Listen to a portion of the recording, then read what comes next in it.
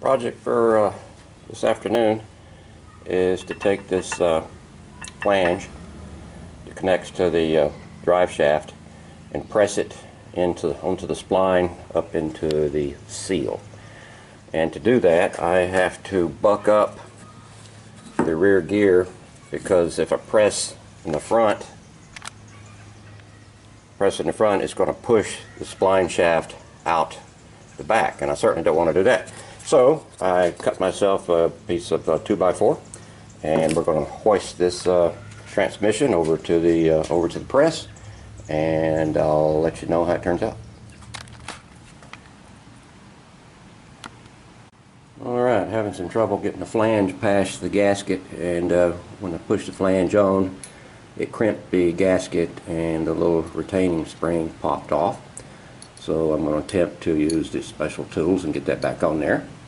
It was my fault, because you should always put oil or grease around the fitting so it would slip nicely into the seal, which I did not. Another lesson. Okay, I've got the dry flange put back on, and it went on well.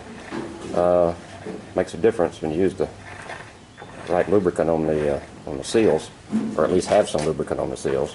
And I put the transmission case shifter on and went through the routine of shifting through the gears, and it all works, and it's rotating in the correct direction. What I would like to do next is, over here on the final drive, pull out one of these shafts and insert it into the transmission differential, and put maybe a little load on it and see how that does. I removed the differential shafts from the final drives. That was underwhelming. They just knock them right out. The seals will need to be replaced, obviously, and these things are filthy. The bearings are actually in excellent shape, but I may replace those anyway. But I did some rotation, and then with the gears in position, and things rotate, and I put some load on one, and it forces the other one to rotate. I'm not clear how all this works. I don't think this tractor is positive traction, meaning both wheels rotate at the same time.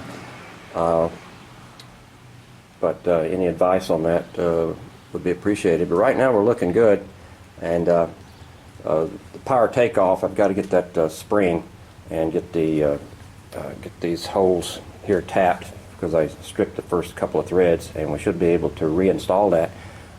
Things are moving fairly quickly, and I may be able to put the transmission on the tractor well, actually pretty soon. I got the drive shaft off. I need to clean it up, and I also need to, into the drive shaft housing. It's pretty nasty, a bunch of dirt daubered and mud and filth. I've got to clean that out.